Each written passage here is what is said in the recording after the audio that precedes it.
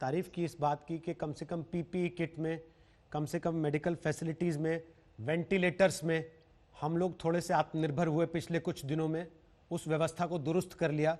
पर उस सारे के चक्कर में महाराष्ट्र की सरकार वेंटिलेटर पे आ गई क्या?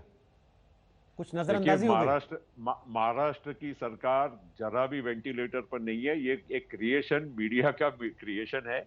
महाराष्ट्र की सरकार बिल्कुल सिक्योर है, सर, कोविड सही के चल दौर रही में है। जहां लोग घर से बैठकर ऑनलाइन बातें कर रहे हैं, आप शरद पवार के साथ राज्यपाल के पास जाएंगे और बोलेंगे कर्टसी कॉल था, तो लोगों को तो चिंता होगी ना सर?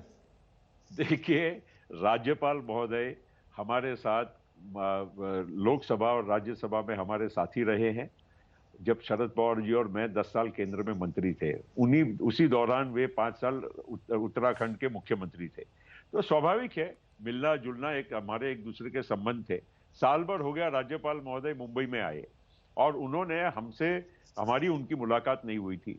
तो उन्होंने एक अपनी इच्छा दर्शाई कि भाई मिलना चाहिए, आप इतने सालों से हम एक दूसरे को जानते हैं।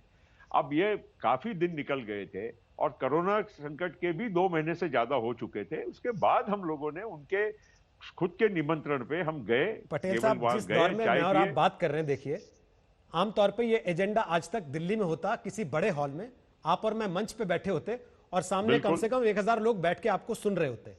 आज मैं और बिल्कुल, आप अभी भी ऑनलाइन लाखों बात कर देख रहे हैं रहे होंगे। सैटेलाइट के थ्रू, हाँ, इसलिए क्योंकि कोरोना का समय चल रहा है, मिलना जुलना नहीं है। और आप ये जी जी। कहेंगे कि राज्यपाल ने आपको चाय पे बुलाया था क्योंकि पुराने दोस्त हैं, और लोग मान लेंगे सर? तो अब और क्या किया जाए? अब और इसका कोई उपाय है? राज्यपाल महोदय बुलाए और हम ना जाएं, तो भी वो भी एक न्यूज है। वो भी अपने आप में कोई गलत पॉलिटिकल मूव हो जाएगी। गए तो भी उसमें गलती हो गई। तो मुझे ये समझ में नहीं आता है कि हम लोगों ने आखिर राजनीति में जो लोग रहते हैं, देखिए, कोई भी किसी को भी दुश्मन कोई हमारा है। मैं और शरद पवार जी की भी मैं बात कर रहा हूं।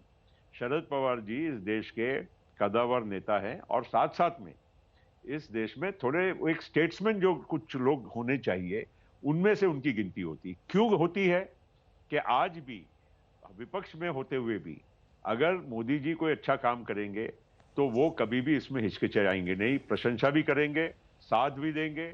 मैंने पार्लियामेंट में देखा है, मोदी जी ने खुद अपने पिछले 6 महीने पहले उन्होंने अपने एक भाषण में कहा पार्लियामेंट में कि मैं एनसीपी की तारीफ करूंगा, शरद पवार जी की तारीफ करूंगा, कि एकमेव ये नेता और पार्टी ऐसी है कि जो कभी भी विपक्ष में होने के बाद भी पार्लियामेंट के वो वेल में नहीं आते हैं, पार्लियामेंट में गतिरोध नहीं खड़ा करते हैं। पार्लियामेंट में जो भी गतिरोध अगर विरोध करना है तो एक दर्जे से करते हैं और वो अपनी लक्ष्मण रेखा को कभी पार नहीं करते।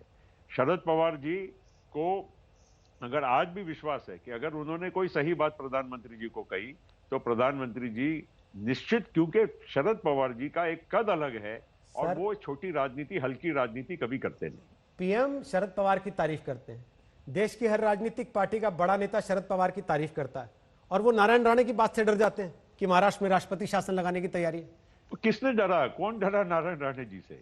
नारायण राणे जी, एक तो फ्रैंकली मैं कहूं, हमारे मित्र हैं, महाराष्ट्र के मुख्यमंत्री रहे, बड़े नेता रहे, कोई इश्यू नहीं है, उसमें कोई दो मत नहीं है। लेकिन नारायण राणे जी आज किसके लिए बोलने गए वहां? ना बीजेपी उनको पूछती है, ना कोई मानती है, ना कोई किसी को और कोई उनको पूछ रहा है। तो क्यों वो वहां जाकर अपनी बात, जो कोई सुनने वाला नहीं, उसको रखने की कोशिश कर रहे हैं? शायद सुर्खियों में रहने के लिए कर रहे होंगे, और और अब तो कुछ देवेंद्र मुझे तो फडणवीस नजर भी नहीं कह आ रहे रहा हैं कि है। ये अघाड़ी की सरकार 5 साल नहीं चलेगी, उनको नहीं लगता?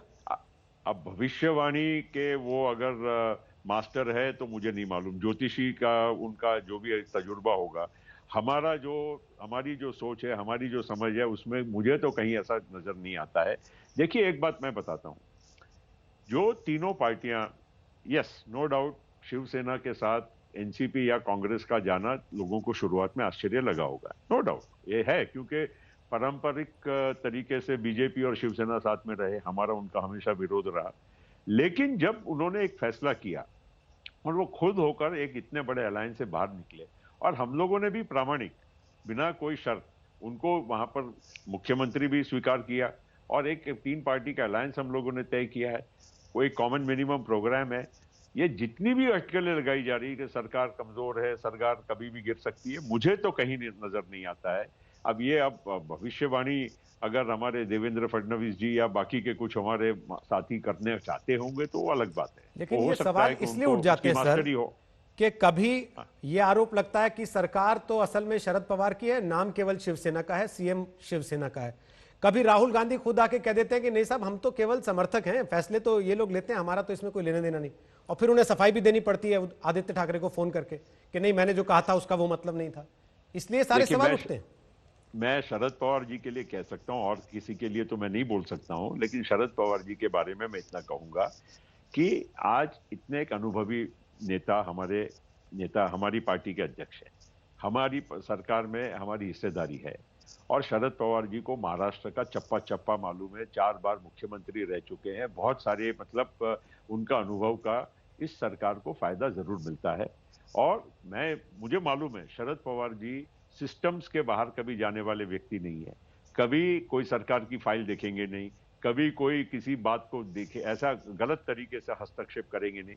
यस, वो अपनी बात मुख्यमंत्री महोदय को अपने तरीके से समझाने की कोशिश करेंगे, उसमें भी मुझे लगता है कि वो अपनी राय देंगे, लेकिन अंतिम फैसला जो मुख्यमंत्री का होगा, इतने बड़े नेता होने के बाद भी, उद्धव जी से भी सीनियर होने के बाद, बाला साहब ठाकरे और पवार साहब की दोस्ती थी, उस दर्जे के नेता होने के बाद भी मुझे मालूम है कि शरद पवार जी अपनी लक्ष्मण रेखा जो है एक सलाह देने की, और मुझे लगता है कि उद्धव जी को भी शरद जी अगर सलाह देते हैं तो निश्चित वो भी स्वागत करते होंगे, उनको भी अनुभव प्रशासन का कम रहा है, और अगर इतना अच्छा अनुभवी आदमी सही सलाह देने की कोशिश करता है, जिसमें हमारा भी तो स्टेक है, केवल उद्धव जी का स्टेक थोड़ी है।